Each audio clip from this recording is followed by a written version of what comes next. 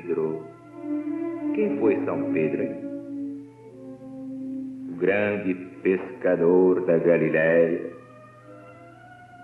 Pedro andava ocupado pescando com seu irmão André, quando Jesus, passando por ali, chamou os dois. Ambos largaram as redes e o seguiram imediatamente. Pedro, chamado Quefas, foi de todos os discípulos o que mais prontamente creu na divindade de Jesus.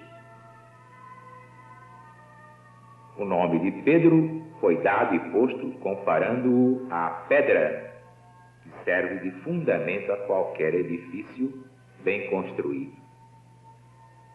Foi tão grande a sua fé que, vendo um dia caminhar Jesus pela água a pé para ir buscar a barca onde Pedro estava com os outros discípulos, desceu dela e saiu ao encontro de Jesus, caminhando também por cima das águas. Mas, afrouxando um pouco, a fé começou a afundar quando Jesus lhe estendeu a mão e o levantou. Perguntando um dia Jesus aos apóstolos o que é que pensavam dele, porque uns diziam, é João Batista que ressuscitou dentre os mortos, é Isaías, é Jeremias, ou outro dos grandes profetas. Jesus perguntou, e vós, quem dizeis vós que eu sou? Foi exatamente Simão Pedro que respondeu por todos assim, tu és o Cristo, Filho do Deus vivo. Evidentemente falou isso tocado pela sua mediunidade, por inspiração divina, que realmente Jesus era o Cristo anunciado desde Moisés no Velho Testamento da Bíblia Sagrada. Na véspera da paixão, falando Jesus com seus apóstolos sobre a experiência que havia de fazer da sua fé, São Pedro lhe disse que ainda quando todos os demais o abandonassem, ele estaria resolvido a seguir Jesus até a prisão e até a morte. Mas o Cristo, com a sua dupla vista, lhe vaticinou que, bem longe de morrer por ele, o negaria 3 vezes antes que o galo cantasse 2. Quando veio para o Monte das Oliveiras,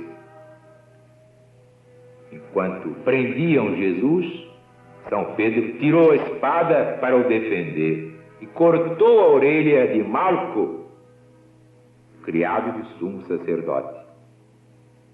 Mas Jesus lhe disse aquelas palavras famosas, quem com ferro fere, com ferro será ferido. Embainha tua espada, porque quem mata com a espada morre pela espada. São Pedro seguiu Jesus até a casa de Caifás, onde, perguntando-lhe uma criada se conhecia o Cristo, ele o negou. No mesmo instante o galo cantou e Pedro se lembrou da profecia do Mestre. Foi para fora e chorou amargamente. Mas depois se reabilitou de uma forma extraordinária. Foi um dos primeiros a quem Jesus apareceu, já ressuscitado.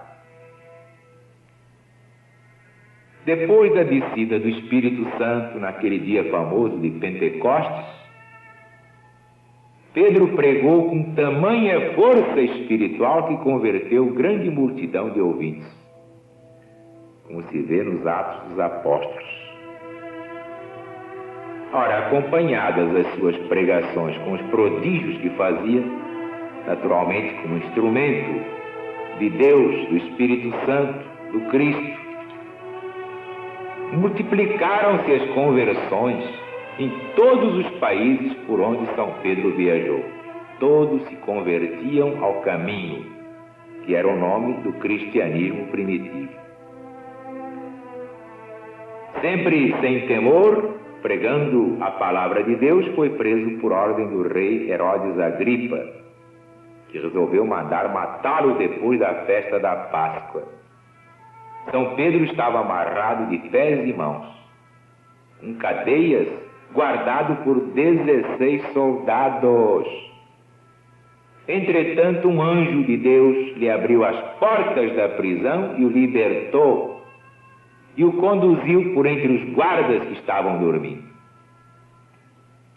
Foi logo para a casa de São Marcos, seu secretário, onde os fiéis oravam juntos pela sua libertação. Depois de ter fundado a cristandade de Antioquia e pregado o evangelho no Ponto, na Capadócia e em outros locais, São Pedro fundou a cristandade de Roma, indo então para Jerusalém. Voltando afinal a Roma, onde Nero, imperador, se achava irritadíssimo contra ele, foi condenado à crucificação. Isso depois de realizar inúmeros chamados milagres e ter pregado a doutrina cristã para milhares de pessoas. Mas também São Paulo foi condenado a ser degolado, decapitado. O suplício de Pedro se deu de acordo com o pedido que ele fez humildemente. Se Jesus foi crucificado em pé, eu só mereço ser crucificado de cabeça para baixo. E assim se reabilitou maravilhosamente de todo o seu passado. Uma das maiores figuras da humanidade em todos os tempos.